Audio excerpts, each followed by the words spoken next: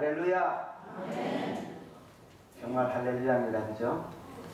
참 우리가 믿음 생활 하면서 참 하나님을 섬긴다는 것, 또 우리에게 하나님께서 믿음 주셨다는 것, 또 내가 영생을 얻은 하나님의 자녀로서 참 이 땅에서 참 천국을 맛보며 이렇게 예배를 드리는 삶을 살 수 있다는 것, 참으로 감사합니다. 그죠?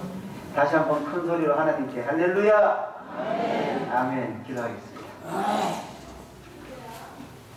우리에게 믿음 주셔서 주님의 자녀 삼아주시고 하나님을 아버지로 이 땅에 모시며 살아갈 수 있도록 은혜 주신 것 진심으로 감사합니다. 하나님 아버지, 오늘도 이 시간 주님의 그 크신 은혜를 생각하며 또 하나님의 귀한 진리 말씀을 듣기를 원합니다. 이 시간 오셔서 말씀하여 주시고 우리 마음 가운데 감동시켜 주셔서 이 말씀의 귀한 것들을 깨닫고 기뻐하며 즐거워하는 하루, 또 우리 일평생이 될 수 있도록 복 내려 주옵소서. 예수님의 이름으로 간절히 기도드리옵나이다. 아멘.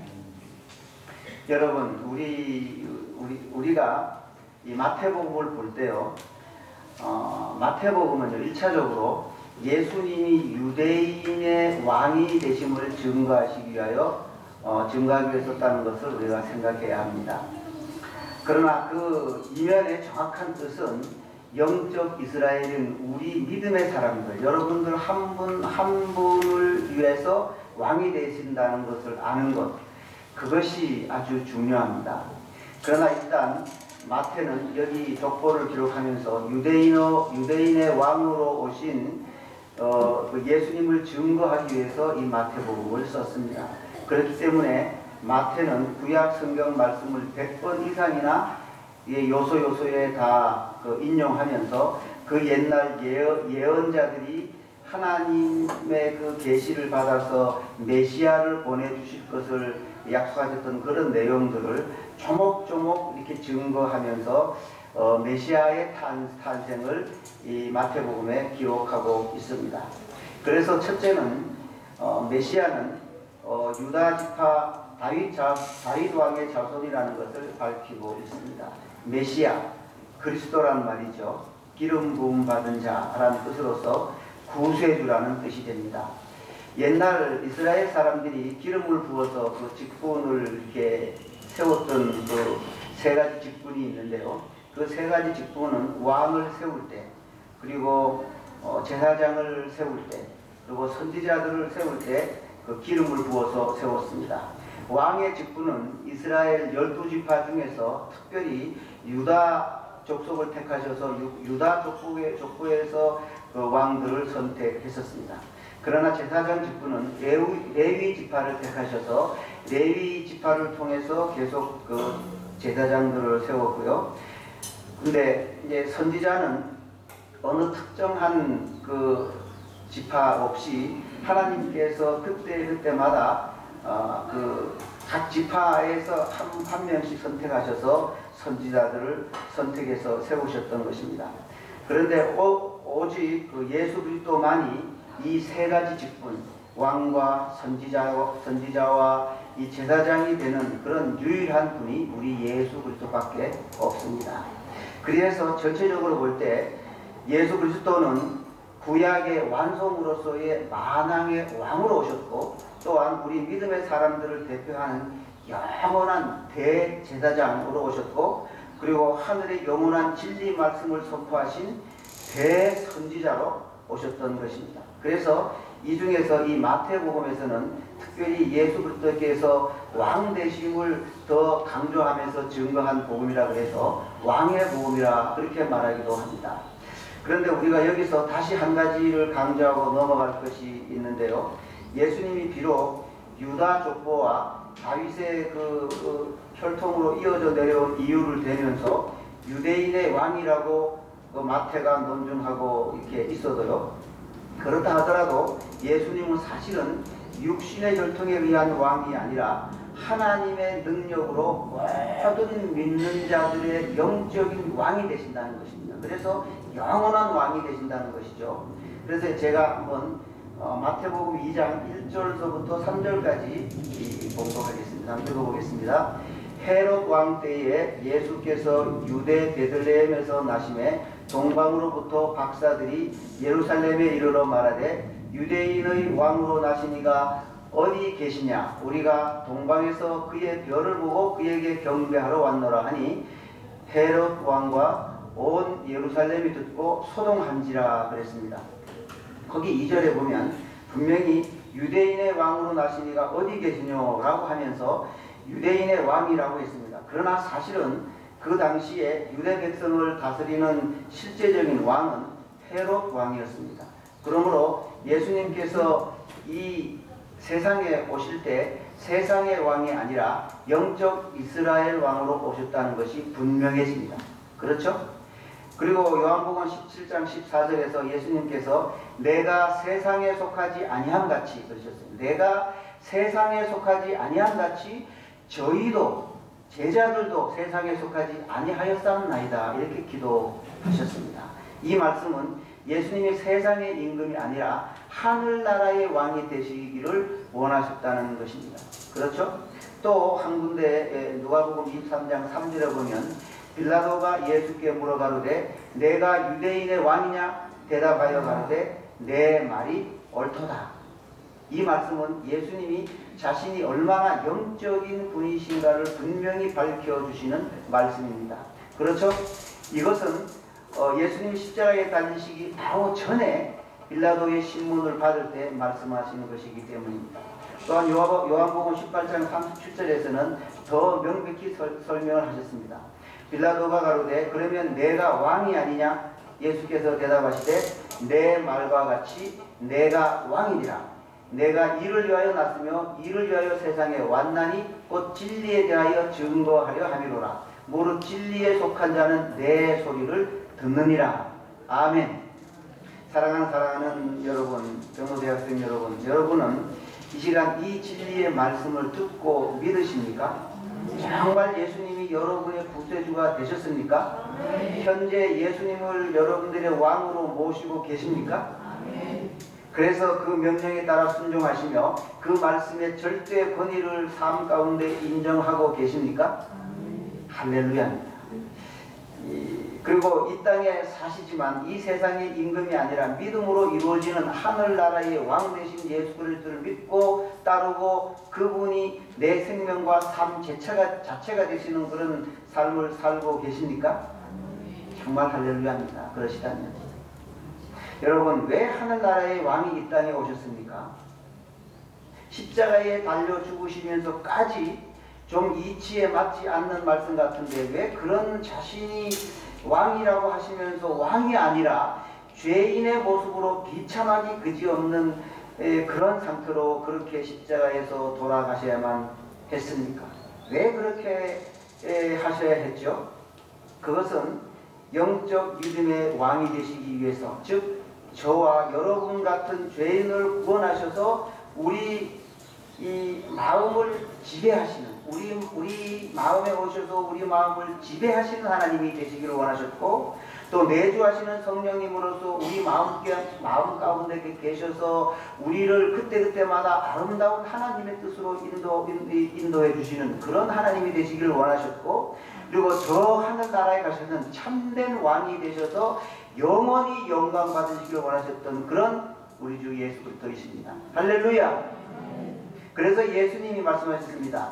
하나님 나라의 비밀은 너희에게는 주었으나 외인에게는 모든 것을 비유로 하나니 이는 저희로 보기는 보아도 알지 못하며 듣기는 들어도 깨닫지 못하게 하려 하여 돌이켜 죄사함을 얻지 못하게 하려 함이니라 그랬습니다. 여러분, 천국의 비밀을 알게 되는 것은 아무나 다 알게 되는 것이 아닙니다. 천국의 비밀을 아무나 그렇게 귀하게 여기는 것이 아닙니다. 이 강단에서 선포되는 말씀이 진짜인지 아닌지, 그 말씀이 나에게 어떻게 관계가 되는지, 이 말씀이 얼마나 감사한지 이런 관심을 갖는 것은 아무나 되는 게 아니라는 것입니다. 자나깨나 천국의 소망으로 넘치는 것은 아무나 되는 것이 아니죠. 예수님의 영적 후손이 아무나 되는 것은 아닙니다. 여기 족보에 족보가 나와 있지만 아무나 영적 구설이 되는 것이 아닙니다. 여러분, 하나님의 진리 말씀 생명수가 지금도 이 강단에서 계속해서 선포되고 있습니다. 그러나 다 이 말씀을 듣고 영혼이 살아나는 것은 아닙니다. 꿀처럼 단 말씀으로 내 영혼이 거듭나는 그런, 다 그렇게 되는 것은 아니라는 것이죠. 오직 그 말씀을 듣고 하나님께서 깨닫게 하신 자들만, 선택받은 자들만 하나님의 말씀을 귀하게 여기고 변화되는 삶을 살게 된다는 것입니다. 그러므로 여러분 모두에게 이 강단에서 말씀을 들을 때마다, 이 말씀이 선포될 때마다 영의 귀를 열어주시고 말씀을 듣는 귀가 활짝 열리시기를 주님의 이름으로 간절히 축원합니다. 여러분, 예수님께서 제자들에게 마가복음 7장 14절에서 말씀하셨습니다. 너희는 다 내 말을 듣고 깨달으라. 너희는 다 내 말을 듣고 깨달으라. 이렇게 강조하셨습니다. 예수님이 누구십니까? 하나님의 아들입니다. 세상에 참된 복음을 전하시는 하나님 자신입니다. 그런데 당시에 예수님의 말씀을 듣고 누가 깨달았습니까?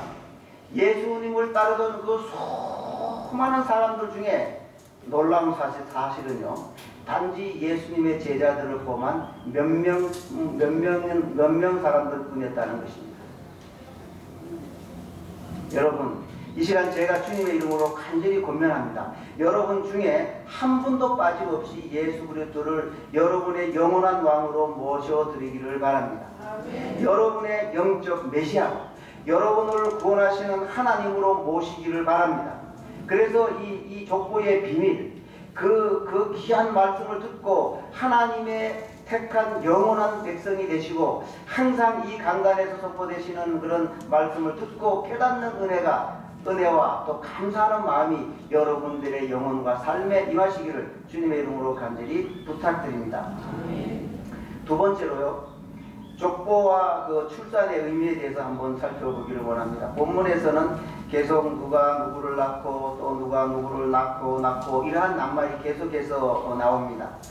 아버지의 이름과 아들 이름 사이에 낳고라는 말이 있습니다. 이 낳고라는 말은 말하자면 생명의 고리죠.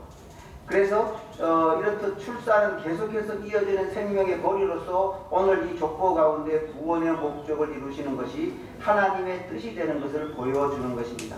그것은 여기 족보의 맨 마지막에 그리스도 예수님의 이름이 결론적으로 나오고 있습니다. 이 족보의 목적은 예수 그리스도의 탄생이었습니다. 그것은 모든 인류 역사가 하나님의 구속사와 연결되어야 함을 보여주고 있는 것입니다. 이것은 모든 생명, 모든 사람들은 예수 그리스도 안에 있어야 된다. 그리고 모든 인류는 구주를 만나야 된다. 구주의 족보와 연결되어야 되는데 그 삶의 목적과 의미가 예수 그리스도께 있어야 한다는 것을 보여주는 것입니다.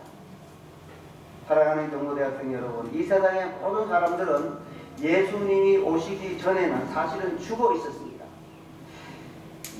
하나님의 그 영원한 생명과 단절된 상태에서 구약의 모든 사람들은 인생 70, 강건하면 80 그 하나님 말씀대로 그렇게 살아가다가 그냥 죽을 뿐이었습니다. 그들은 그냥 그대로 죽어서 영원한 죽음으로 갈 수밖에 없었습니다. 구약의 역사가 그래서 실패의 역사라고 합니다. 율법으로는 구원받을 인생이 아무도 없기 때문입니다. 하나님께서는 그러한 절망적인 죽음의 질병에 걸린 온 인류를 보시면서 인생들을 불쌍히 여기셨습니다.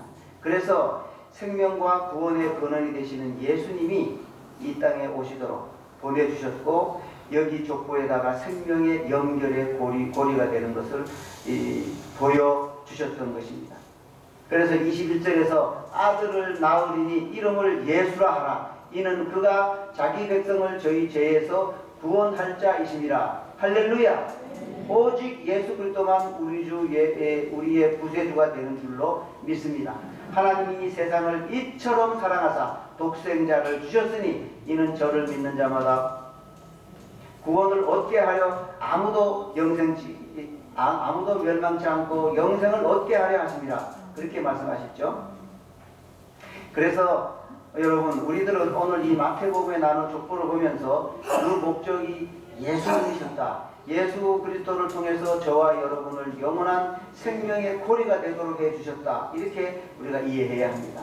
아브라함이 낳은 후손과 다윗에 낳은 후손, 그런 낳고는 단순한 짧은 그 육적 생명의 고리가 될 수 있었지만, 그러나 여러분 21절에 예수님이 탄생하신 낳고는 우리를 위한 영원한 생명적 고리가 되신다는 것을 의미합니다. 다른데 낳고와 전혀 그 차원이 틀린 낳고입니다. 그러므로 이제 저와 여러분은 그 예수님을 믿고 그 예수님의 탄생, 그 생명의 고리로 연결된 하나님의 자녀가 된 줄로 믿는 것입니다. 세 번째로는요, 들어가서는 안 될 사람과 또 들어가야 될 사람들인데 빠져야 되는 그런 사람들이 있다는 것입니다. 이 족보에 보면 여러분도 아시다시피 본래 히브리인들의 족보에는 여인들의 이름이 들어갈 수가 없었습니다. 그런데 마태복음의 족보에는 5명의 여인들의 이름이 기록되어 있습니다. 다말, 라합, 룻, 그리고 우리아의 아내 바세바, 또 예수님의 어머니 마리아입니다. 그 가운데 라합과 룻은 이방 여인이었습니다. 개처럼 여겼던 이방 여인이었고, 다말과 바세바는 불의의 관계를 맺은 여인들이었고, 마리아는 처녀로서 잉태를 한 여인이었습니다. 이 여인들은 율법에 의하면 모두가 정죄에 받아야 할 사람들이었습니다. 그러나 놀랍게도 이 여인들은 족보상에서 모두 다 그리스도 안에 있는 여인들이 되었습니다. 무슨 뜻이죠? 그것은 구원하시는 하나님의 섭리에는 아무런 조건이 없다는 사실과 누구든지 하나님의 선택과 믿음의 역사로 구원의 대상이 될 수 있다는 것을 보여주고 있습니다. 그리고 그리스도는 가진 자와 부한 자, 의로운 자, 잘난 자들만을 위해서 오신 것이 아니라 못나고 가난하고 병들고 세상에서 멸시천대받고 이러한 사람들까지도 다 구원해 주시는, 특별히 죄인들까지라도 구원해 주시는 그런 하나님이심을 보여주는 것입니다. 그래서 로마서 8장 1절 말씀에서 누구든지 그리스도 예수 안에 있는 자에게는 결코 정죄함이 없도록 하시는 것이 하나님의 뜻이었다는 것을 보게 되는 것입니다. 그런데 또 한 가지 여기 마태복음 족보에는 본래대로 따져보면 그 다윗 왕의 족보에 들어갔던 사람들인데 다윗 왕의 후손인데 여기 족보에는 들어가지 못한 사람들이 있습니다. 다윗의 족보에 들어가야 할 왕들이었는데 그 이름들은 아하시야 왕, 요아스 왕, 아마샤 왕, 이런 사람들이 역대하 22장부터 25장 이렇게 쭉 기록되어 있습니다. 그런데 그들은 분명히 다윗 왕의 후손이었지만 우상을 섬기던 왕이었다는 것입니다. 여러분, 이것은 우리에게 아주 중요한 것을 가르쳐 주고 있습니다. 이런 왕들이 우상과 이방신을 섬김으로 메시아의 족보에 들어갈 수가 없었던 것처럼 오늘날도 하나님보다 우상을 더 좋아하고 하나님보다 세상의 그 어떤 것을 더 좋아하고 섬기는데 하나님보다 더 중요한 것이 있으면, 그렇게 자기 마음에 어떤 우상이 있으면 예수님의 족보에 들어갈 수 없을 수도 있다는 것이 우리에게 경고해 준다는 사실입니다. 말씀을 듣겠습니다. 여러분, 예수님은 우리의 왕이 되십니다. 그것은 예수님께서 우리를 십자가의 피로 우리의 영혼을 깨끗이 씻어주시고 예수님 안에서 우리를 새로운 영으로, 새로운 생명으로 살려주셨습니다. 즉 십자가를 통해서 새 생명을 얻었습니다. 또한 여기 족보를 보면서 우리는 예수님은 우리의 영원한 생명적 고리가 되셨고 우리의 이름이 예수님의 족보에 기록되어 있다는 것을 믿습니다. 십자가의 은혜로 우리를 낳아 주셨습니다. 예수님께서 예수님을 만났던 그런 제자들에게 새로운 이름들을 지어 주셨던 것을 기억하시죠? 그죠? 원래 베드로는 시몬이라는 이름으로 살고 있었는데 예수님께서 너를 장차 게바라 하리라. 게바가 뭐죠? 번역하면 베드로, 반석이라는 뜻입니다. 이렇게 새 이름을 주셨습니다. 왜 새 이름을 주셨습니까? 너는 이제 세상 사람이 아니라는 것이죠. 너는 이제 하나님의 아들이라는 것이죠. 아브라함이 하나님을 처음 만나서 이게 믿음의 길을 걸어갈 때 아브라함도 새 이름을 주셨죠. 그죠? 원래는 아브라함인데 아브라함으로 바꿔주셨고, 원래는 사레인데 사라로, 열국의 어머니, 열국의 아버지로 그 이름을 바꿔주셨습니다. 왜죠? 너희들은 이제는 세상 사람이 아니라 전능하신 하나님, 내가 택한 새 사람이라는 것이죠.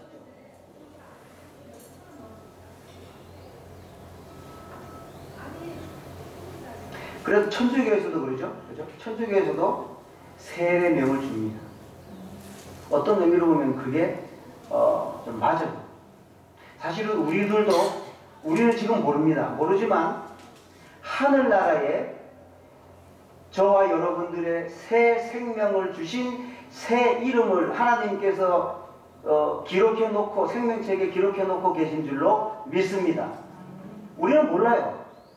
예, 우리가 자녀를 낳을 때 자녀가 자기 이름을 압니까? 모르잖아요. 그죠? 부모만 알죠. 부모만 내 새끼 아들 낳으면 이름을 개똥이로 예? 딸을 낳으면 또 이름 지어놓잖아요. 그죠?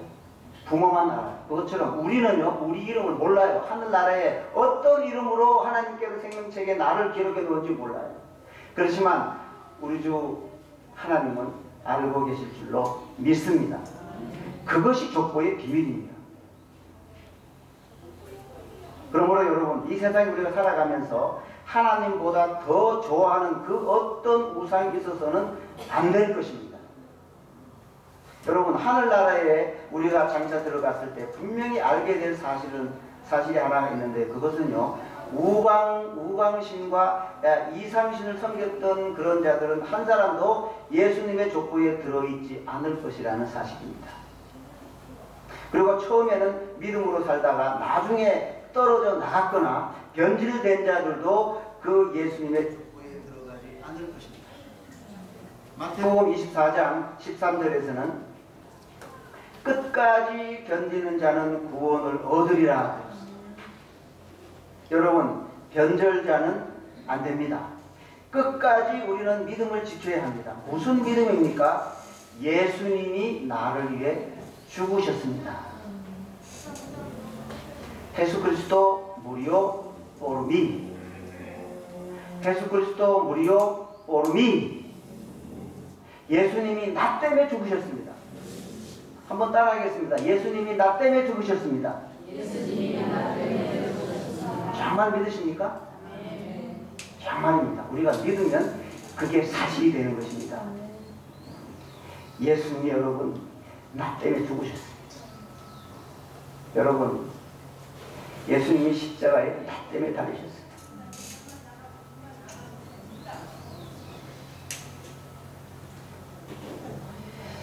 여러분과 제가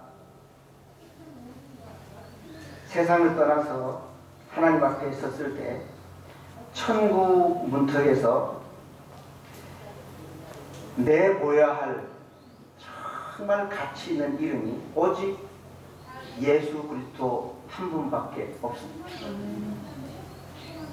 하나님께서는 우리의 이 고백, 주님, 예수님이 내 죄 때문에 십자가에 달려 죽으셨음을 믿습니다. 하나님, 나를 불쌍히 여겨 주시옵소서. 그러면 하나님은 그 고백, 다른 거 아무리 죄를 많이 짓고 아무리 어떤 세상에 살면서 여러분들이 살아오셨다 할지라도 그 하나님 벽보자 앞에 심판대 앞에서 이 고백을 하시면, 그래, 너는 내 아들이고 딸이다. 새 생명책에 이름이 기록된 거 있지? 들여보내주십니다. 할렐루야! 우리가 이런 복된 자들이 되었습니다. 그러므로 여러분, 영광스러운 하늘나라의 족보는 믿음을 끝까지 지킨 사람들로 이루어집니다. 그리고 그 이름들이 저 하늘나라 족보, 그 생명책에 기록되어서 영원히 빛나게 될 것을 기억하시기를 주님의 이름으로 간절히 축원합니다. 좋으신 하나님 아버지,